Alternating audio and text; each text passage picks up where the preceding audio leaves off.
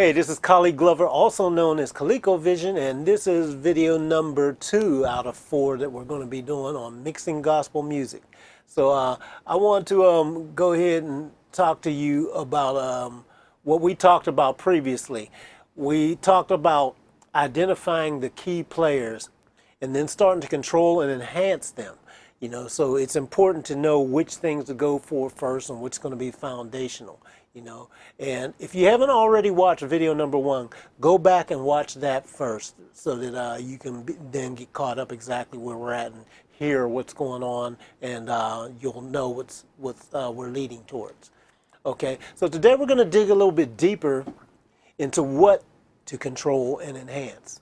And the important things that you ought to focus on when you're going to do this, no matter what kind of music it is, whether it's your own or whether it's for somebody else's, there's a way to approach doing it, a reason for everything. Okay?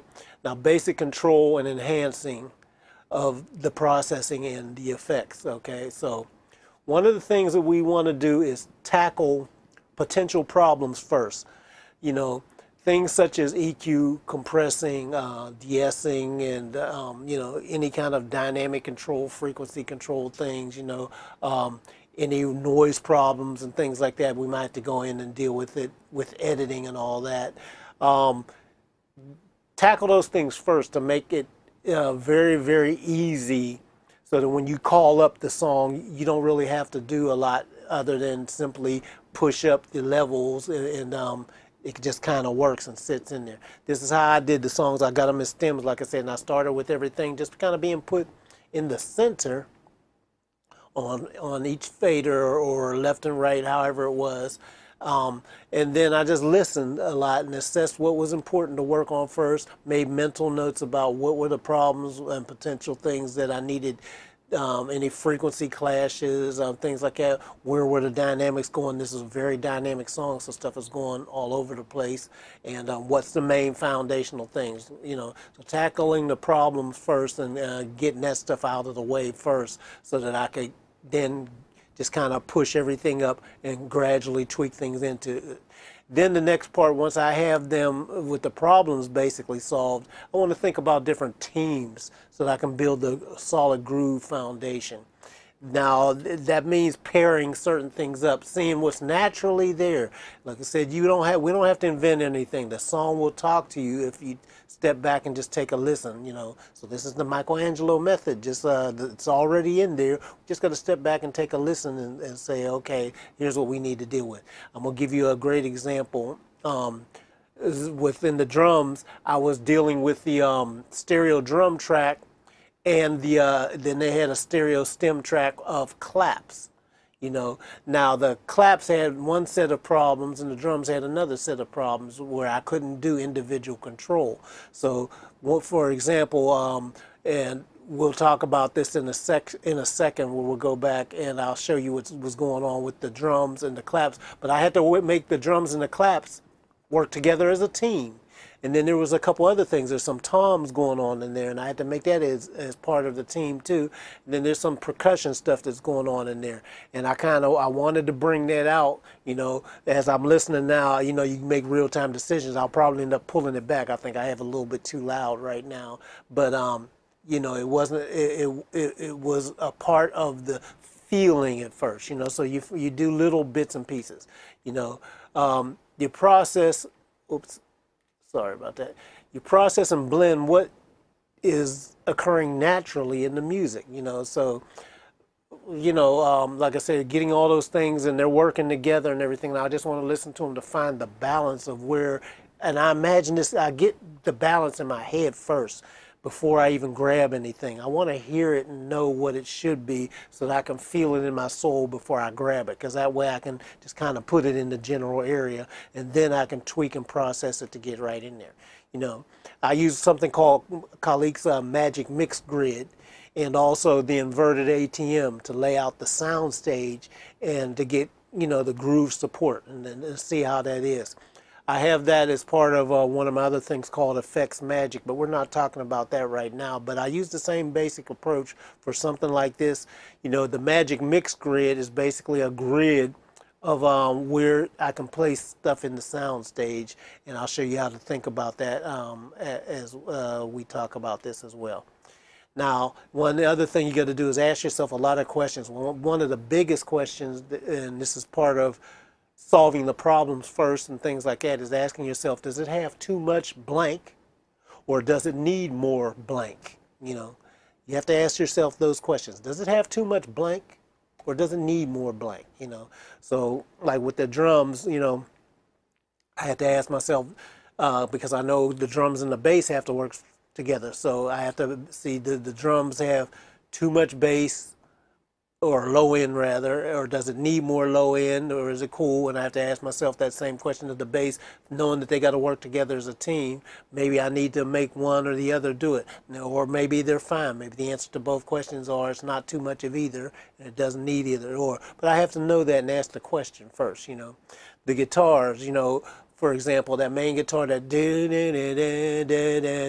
which is the main thing that starts it out, it has its own sound. Guitar players like the sound that they can't come up with.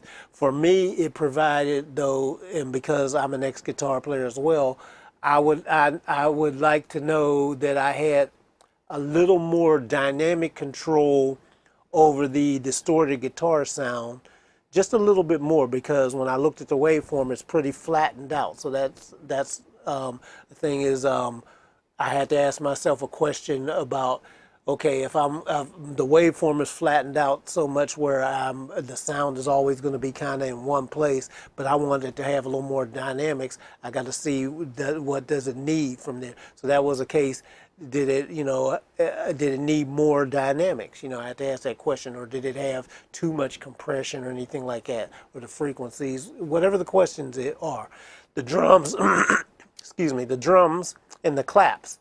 Now the claps, one of the things, the claps were on a stereo track, and there are two different clap sounds, you know, and one was much louder than the other one. So I had to ask myself, is there too much of the one clap, or does it need more of the other one? And so part of solving that is using a combination of EQ, but mainly compression, to bring them closer together so that they fit in, because I wanted to achieve what I call the tick-tock motion. And so the claps are there, it's already in there, and I heard it, but I wanted it to feel it, so that you feel that tick-tock motion in there. So that's what I wanted to make sure that I included, the tick-tock motion in there. Okay, and then the other thing that I wanted to talk to you about is to let your feeling, your internal feeling, be your guide. You know, the music will speak to you. It'll speak directly to your soul if you don't get caught up in being too technical. You know, I've been doing this a long time, and I've learned a lot of different things, technical things, but quite frankly, a lot of times I've thrown a lot of stuff out that I used to do automatically. That's what I said. I used to think being an engineer was you had to look busy. You had to always be turning EQs and always tweaking something, always adding something on and all that. But I'm doing only what's necessary now. Sometimes I need to do a lot, and sometimes I don't. I'm doing a decent amount on this, but before I did anything, I started out with just getting basic levels and then seeing what it needed from there, and then, you know, little things until I achieve my goal. So with that being said, I want to go back to Pro Tools, and then let's dig in and take a look at what's going on with some of these things. Okay. All right. Let me go over here real quick and see what we can do.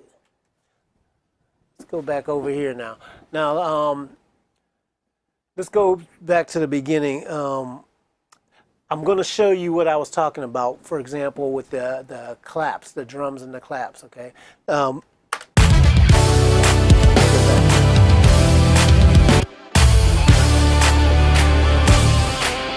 You hear the claps? I'll go back here.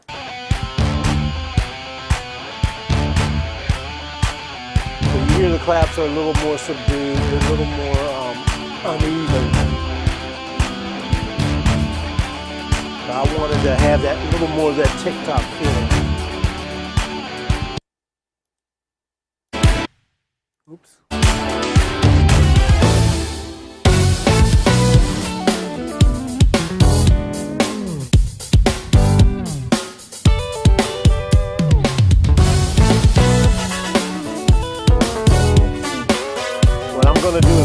the horns. Now, remember we talked about foundational instruments. This is the foundation here, just the bass, the drums, and the guitars, and the main foundation. And we got the keyboard, but I could even get rid of them a lot.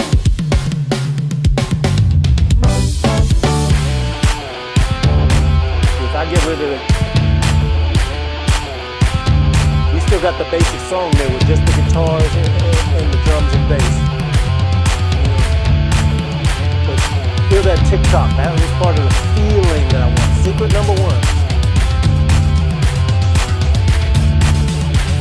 Hear the tambourine back there? Tambourine, tambourine, tambourine, tambourine, tambourine. That's the handoff.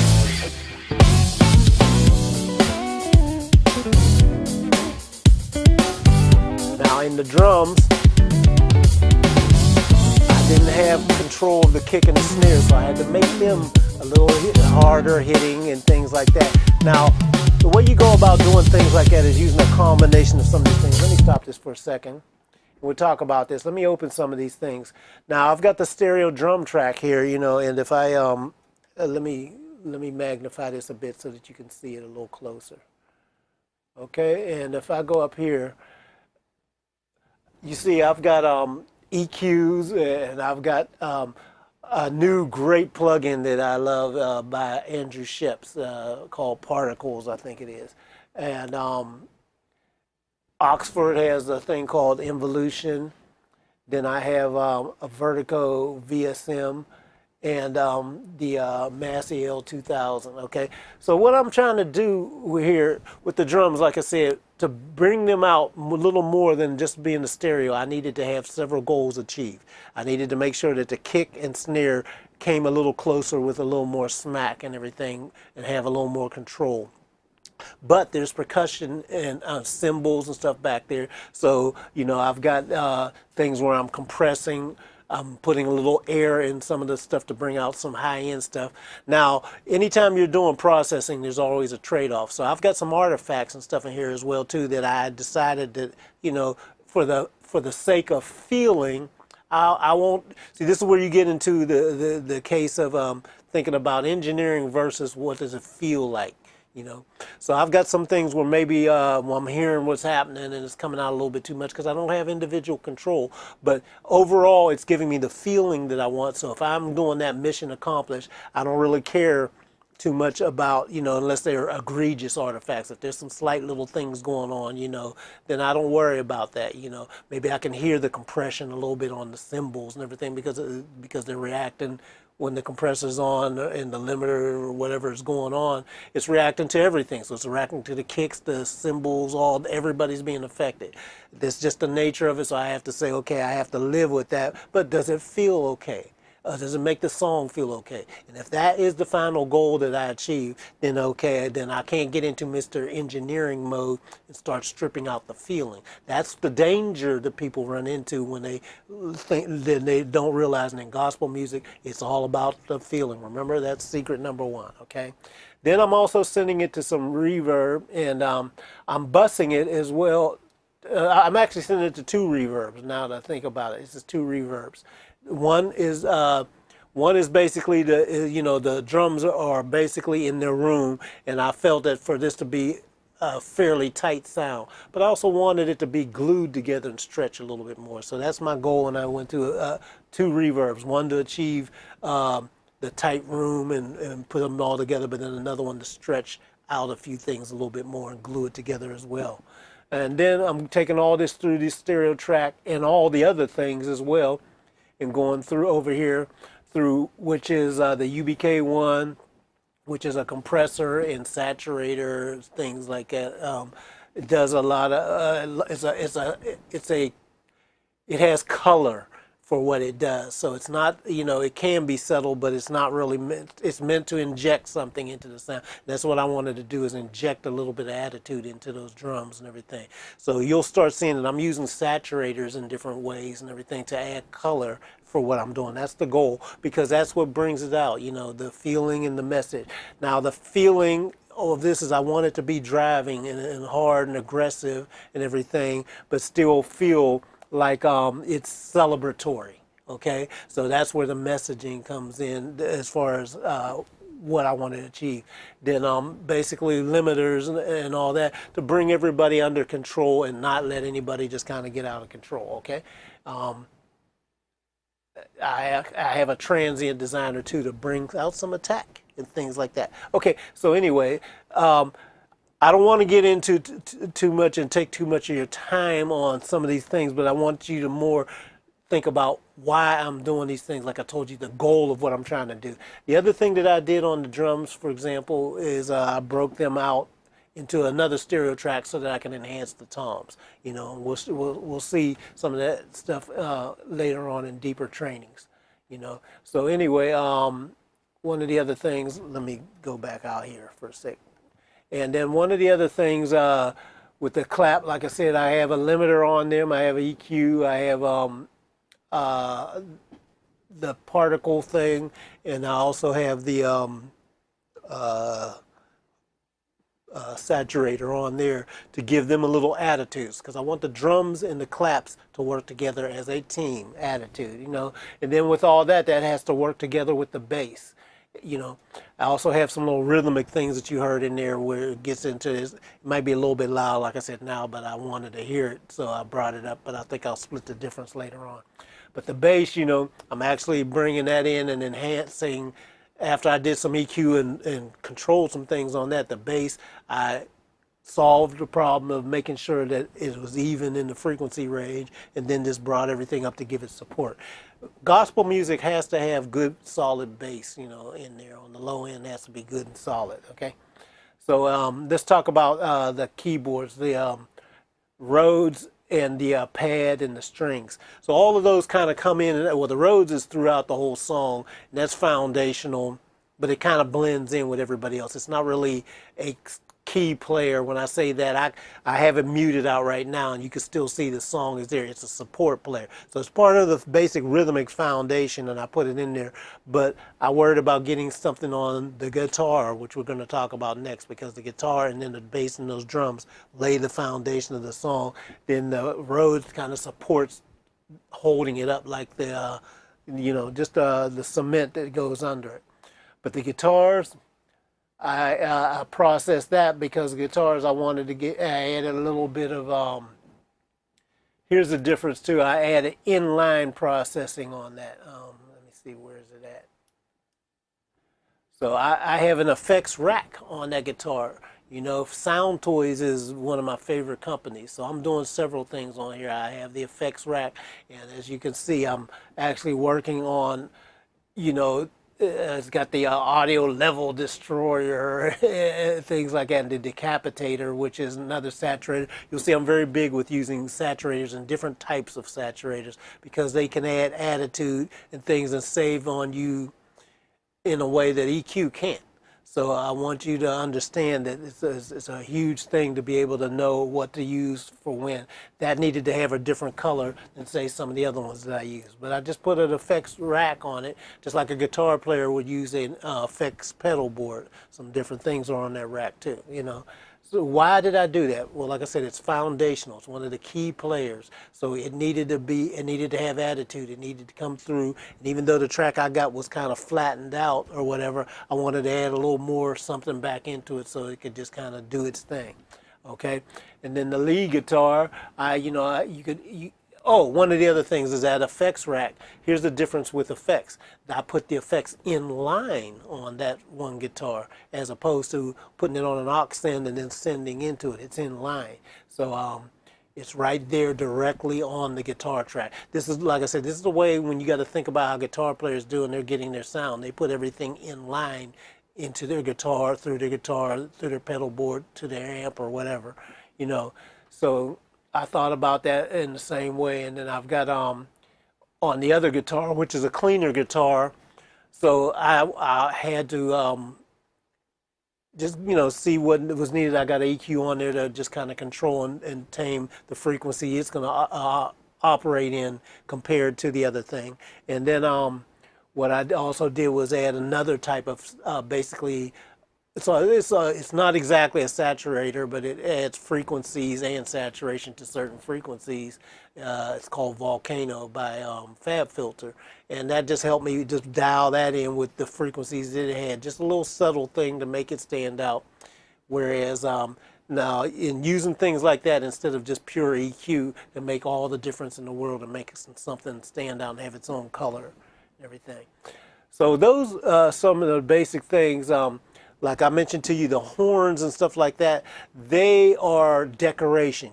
They're hits and things that come in and go away. So they're not foundational to the song as far as when I say the foundation. If you strip everything away, what keeps the song going, and you can imagine the other things, whether they're there or not. So I can mute the horns and stuff in and out, and the song doesn't fall apart.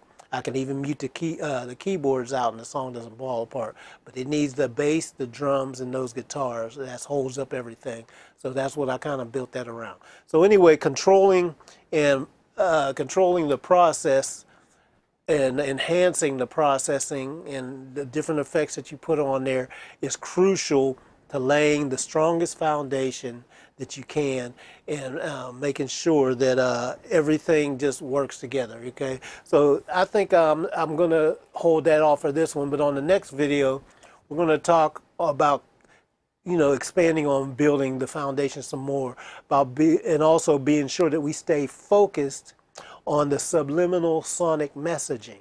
Now, the subliminal sonic messaging comes from the individual instruments inside of there and the roles that they play in the landmarks sections that they played in, and that may change as the song goes. So we'll talk a little bit about that. And there's certain things in this song where certain things come out and they have little subliminal things that make it happen. Just to give you one example, I told you in the drums by themselves, the song still that's a basic thing, but the drums are going